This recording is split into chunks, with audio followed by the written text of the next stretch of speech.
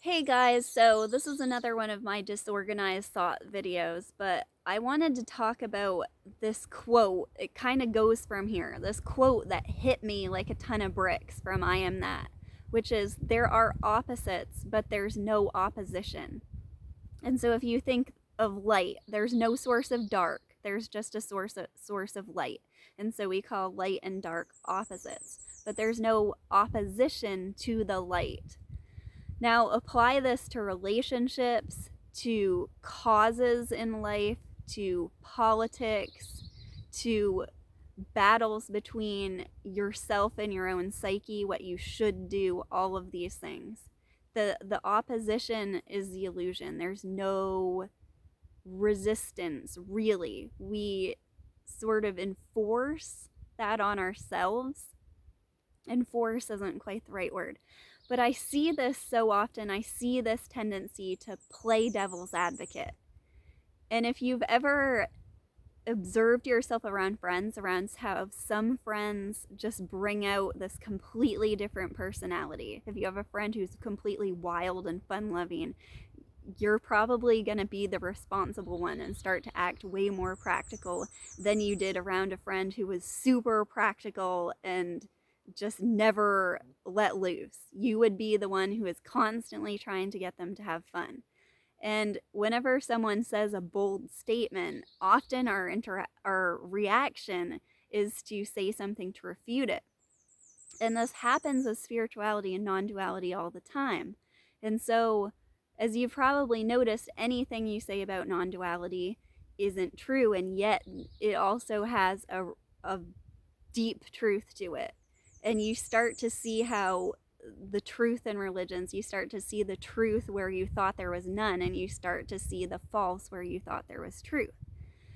So it's as if everything that we rejected about ourselves comes back and hits you in the head like a boomerang.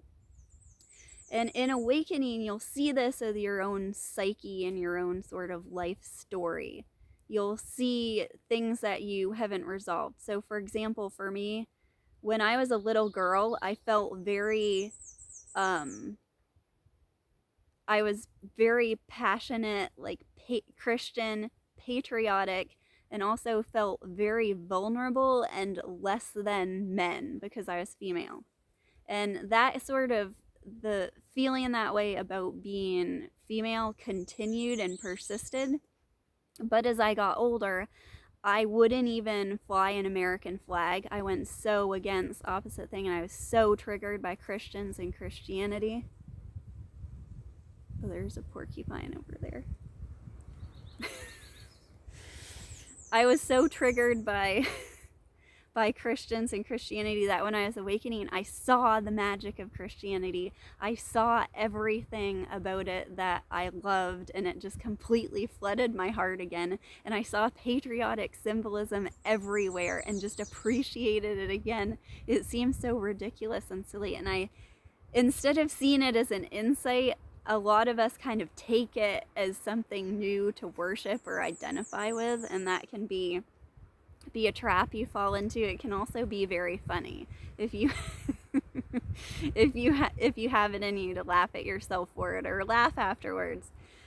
And then I felt completely like, there was a purpose for me being female, and it wasn't just something that I don't know. I was that part I was never really aware of being ashamed of, but it was always just this underlying feeling, which is still there, really. But anyway, what we think enlightenment is another chance for this boomerang to come back. And so my entire purpose of wanting like personal development and enlightenment, everything, was that I was so reactive and could get so angry about things. And one thing I've realized is I'm just a passionate person, and I so didn't want to be angry. I so wanted to be this peaceful, respectable amazing person, sort of like Eckhart Tolle or Rupert Spira. And that's not, maybe that could happen. maybe. Probably not. I mean, one of the things that really helped me let go of this is seeing and feeling and understanding people I really knew were fully liberated, self-realized, and seeing their personalities come out, and what beautiful diversity there is. And going back to that quote from I Am That, there are opposites, but there's no opposition. And so often in spirituality and non-duality, someone says something, someone's trying to teach something, and so the knee-jerk, like, devil's advocate reaction is to come in and say the opposite because it's true.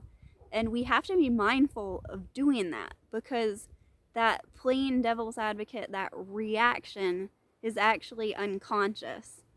And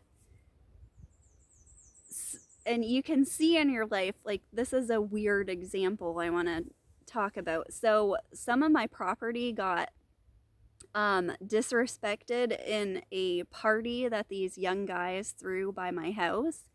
And when they were doing it, I was really upset. And then I realized, I was like, this is all survival. This is all a display. And I could hear the young girls laughing, and you know what's going on, and you know it's a show. And I'm like, they have no control over this. And Jesus, forgive them, for they know not what they do. If you're a spiritual person, you were born with a silver spoon in your mouth. Your parents, your whatever in your life, whatever came about to make you interested in this stuff. It seems like it's your own doing, but it's not. There's no one there to take credit for that.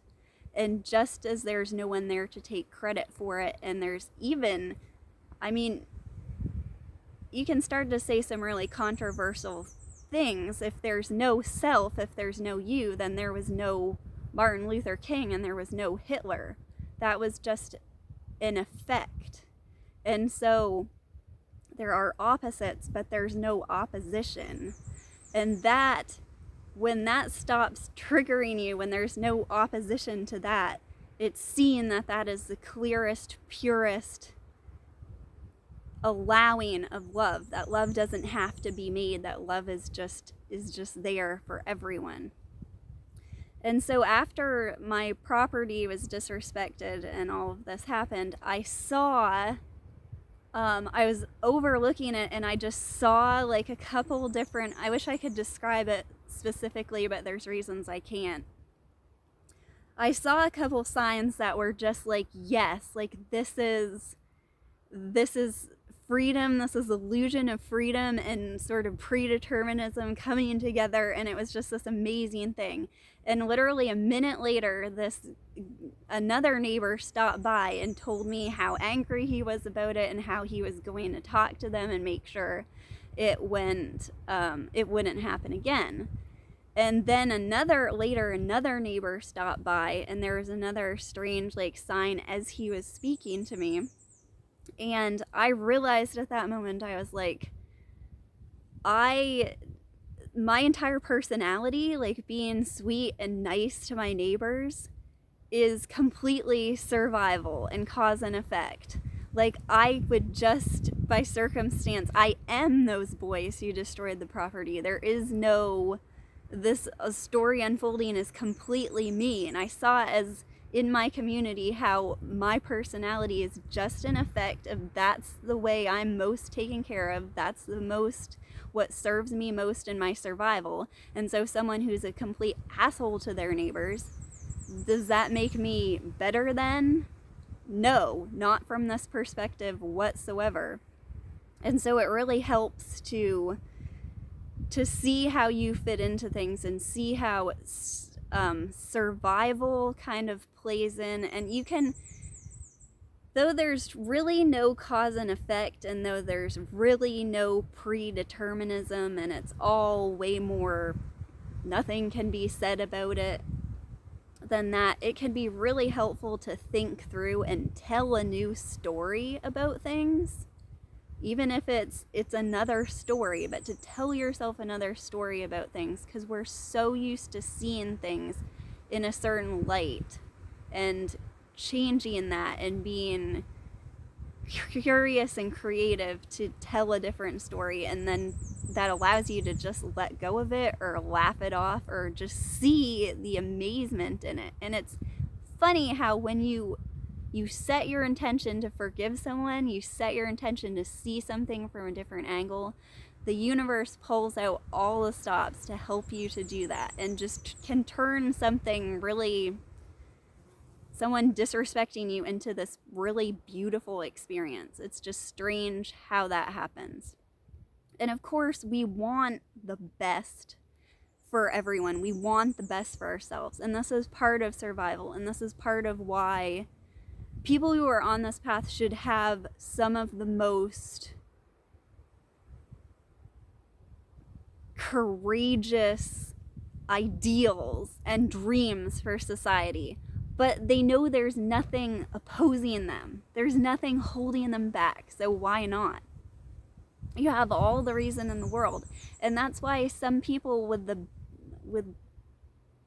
big hearts get held back. And I want to pick on this one cause because I see it all the time. And this is something I've wanted to get on this bandwagon, but for many reasons haven't been able to. But veganism. It's like there's so many different things to consider with that. And it's such a good cause. And yet, if you're eating your vegan food and truly enjoying it and truly enjoying how it makes you feel and truly enjoying what you're doing for the planet and inspiring others to do the same, then you're making progress. But if there's opposition and you're focusing on the people who aren't doing that, then you're defeating your cause and you're cutting yourself off from that.